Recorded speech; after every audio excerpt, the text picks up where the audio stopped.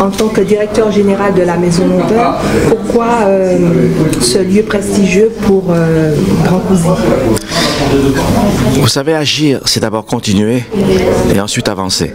Madame Lanvin a toujours protégé les artistes, quels qu'ils soient, par exemple le peintre Bonnard, par exemple le photographe Man Ray, et elle a créé l'art déco.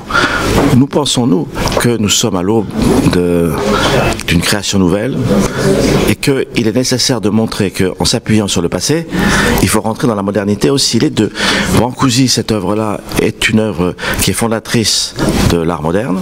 C'est la première qui montre que on peut faire des choses concernant l'art abstrait. De la même manière, quand vous prenez un morceau de tissu, c'est quelque chose d'inerte, mais grâce au travail du styliste et de tous les gens qui se trouvent dans une maison comme Lanvin, on transforme cela en quelque chose qui donne de l'émotion. Une œuvre d'art, ça donne de l'émotion. Une robe, un costume, ça peut donner de l'émotion. Et quand on s'aperçoit que entre les deux logos, celui de Lanvin, la mère et l'enfant, l'amour maternel, et puis la statue de Brancusi, c'est-à-dire deux amants qui sont tellement épris l'un de l'autre qu'ils ne forment plus qu'un seul bloc, il y a la même force, c'est-à-dire l'amour. Et pour nous... Vous aviez parlé d'ailleurs du souffle de la vie. Oui, je pense que l'amour, c'est le vrai souffle divin, c'est celui qui nous lie tous. Donc l'amour fraternel, l'amour charnel, l'amour maternel, ce sont des choses qui nous mènent. C'est beaucoup mieux que la haine ou quoi que ce soit. Moi, j'y crois profondément. Et quand on y ajoute un peu d'élégance, bah, c'est une très belle façon de répondre à la justice du temps. Donc voilà, nous nous plaçons résolument dans cette vision des choses. Aime et puis fais ce que tu veux. Il y aura 11 t-shirts qui vont être vendus aux couleurs de Brancusi. Pensez-vous que c'est une bonne chose pour... Alors, c'est pas le fait de faire 11 t-shirts, c'est le fait de montrer que l'on peut faire quelque chose d'unique à partir d'une œuvre d'art, à partir du talent qui se trouve dans cette maison Lanvin, et que ça peut servir à une bonne chose. Les bénéfices seront donnés au secours populaire et on essaiera de relier la beauté, le talent et puis faire de bonnes choses. Si on peut d'ailleurs, on essaiera de pas trop en parler. Et je crois que le secours populaire ne souhaite pas non plus dire à quoi ça servira, même si évidemment tout sera surveillé, de manière à ce que des gens qui n'ont même pas idée de ce qui est Brancusi ou la maison Lanvin puissent bénéficier de cela. Ben, c'est une belle chose, ça revient toujours à ce qu'on a dit, c'est-à-dire l'amour du prochain, l'amour des belles choses. Effectivement, quand on voit les créations en Lanvin, c'est la première maison de couture. C'est la plus ancienne maison de couture de l'histoire.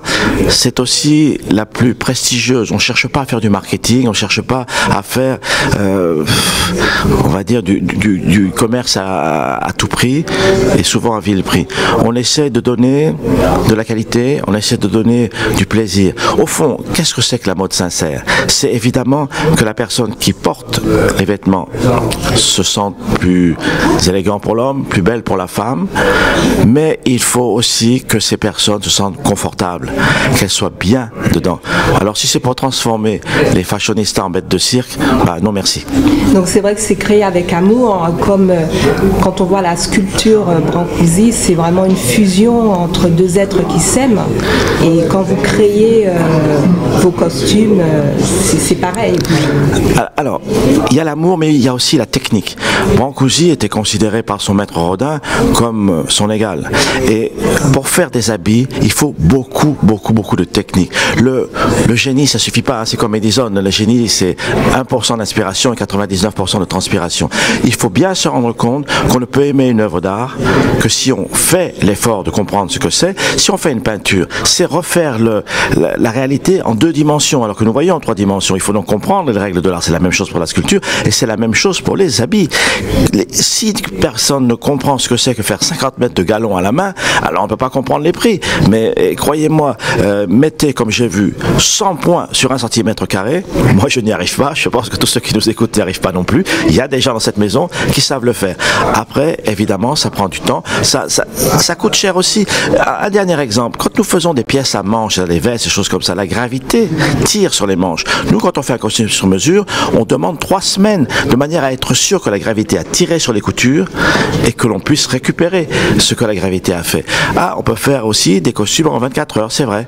Je suis désolé, ce sont des pièces industrielles. Ce ne sont pas des costumes. Alors Thierry Reyer, donc chercheur en art et en histoire, qui a justement découvert les secrets du baiser de 1905, de cette sculpture qui est la sculpture de l'art moderne. Comment a été cette rencontre entre Thierry Reyer et la Maison Lanvin? D'abord, il faut le dire, contrairement à ce qu'il raconte modestement, c'est le descendant de Napoléon. Donc c'est déjà intéressant historiquement. Mais surtout, son grand-père et le grand-père de Anne Malraux, donc André Malraux, se sont entendus et c'est André Malraux qui a permis que Brancusi rentre au musée Pompidou. André Malraux s'est toujours habillé chez Lanvin. Donc il y avait naturellement une passerelle. Par ailleurs, je connais Thierry Reyer amicalement depuis très longtemps. Je dois dire que 111 ans après la création donc, de ce premier baiser de 1905, un jour il était à côté de mon bureau, il a poussé des cris et je n'ai pas cru ce qu'il avait découvert parce que Brancusi lui-même avait dit on ne découvrira jamais mes secrets.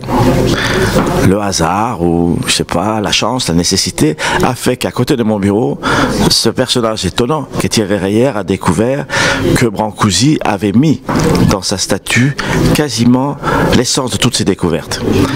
Bien sûr que ça nous parle tout de suite chez Lanvin parce que Madame Lanvin, quand elle a créé sa maison, a toujours recherché l'authenticité. Elle dit du bleu Lanvin, c'est un morceau de ciel bleu trempé dans un champ de lavande.